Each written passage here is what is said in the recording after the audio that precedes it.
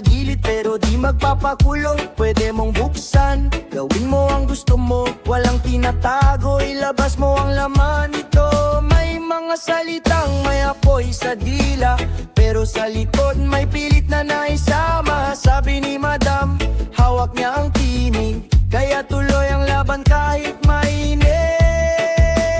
Huwag kang bibitiw, kapit lang ang dahan.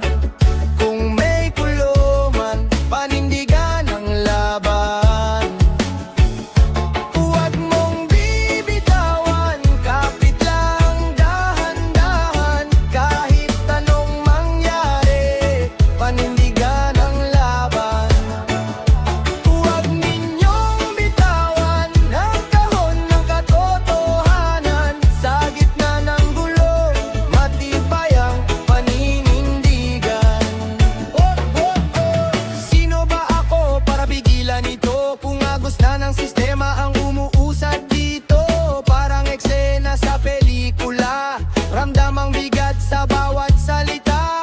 Sabi niya, dapat may paliwanag, kailangan ng sagot na malinaw at tapat. Hindi puro salita, kailangan may direksyon. Sa bawat tanong dapat may liwanag.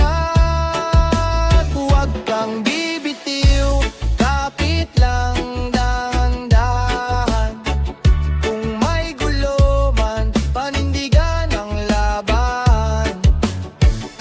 Huwag mong bibitawan, kapit lang dahan-dahan. Kahit anong mangyari, panindigan ang laban. Huwag ninyong bitawan ang kahon ng katotohanan. Sa gitna ng gulo, matibay ang paninindigan. Ilabas mo ang totoo, wag itago sa dilim. Kung hawak mo ang ritmo, patunayan mo sa amin. Kung para sa tao, ipakita mo ngayon. Kung para sa bayan, kumilos ng tapat. Huwag mong bibitawan, kapit lang dahan-dahan. Kahit anong mangyari, panindigan ang laban. Huwag ninyong bitawan ang kahon ng katotohanan. Sa gitna ng gulo, matibay ang paninindigan.